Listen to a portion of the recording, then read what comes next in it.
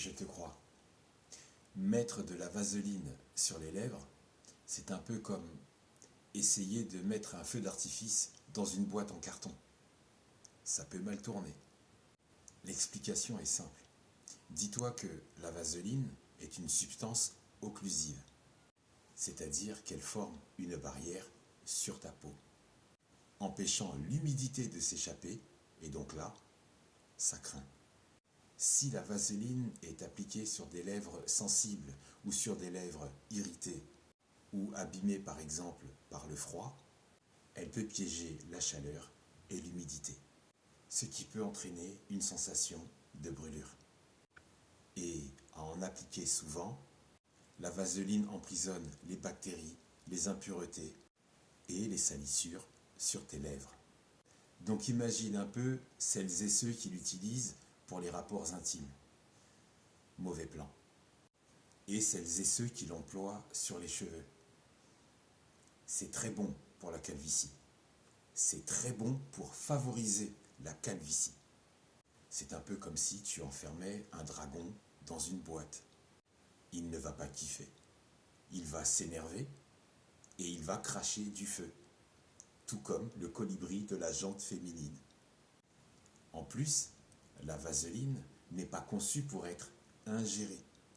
Donc si tu as eu l'idée de faire un petit goûter après avoir mis de la vaseline sur tes lèvres, tu as peut-être aussi goûté à un mélange de glisse et de brûlure.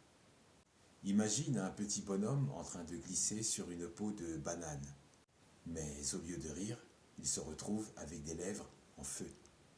Donc imagine la dame qui s'en met sur les lèvres du Ouistiti. Mais au lieu de prendre du plaisir, elle se retrouve avec la porte des étoiles en feu. Pas dedans, mais juste autour de la porte. Il est préférable de choisir un baume à lèvres spécialement conçu pour hydrater et protéger, plutôt que de se transformer en petit pompier avec de la vaseline. Ceci étant dit, tu peux garder la vaseline pour cirer tes chaussures en cuir. Elles seront imperméabilisées. Est-ce que ça nourrit le cuir? Pas si sûr.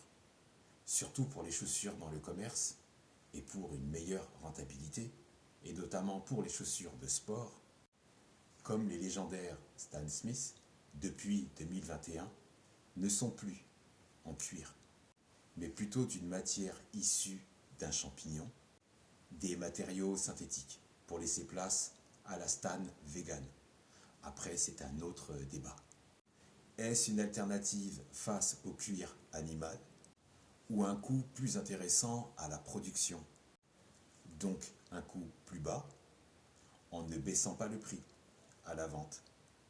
Adidas a aussi développé une tige sans cuir depuis juillet 2022. Il n'utilise plus de cuir de kangourou pour la future prochaine génération de chaussures de football vegan. Tout ça pour te dire que la vaseline, c'est bon pour les chaussures, c'est bon pour le bricolage, c'est bon pour les portes qui grincent, mais pas pour les lèvres.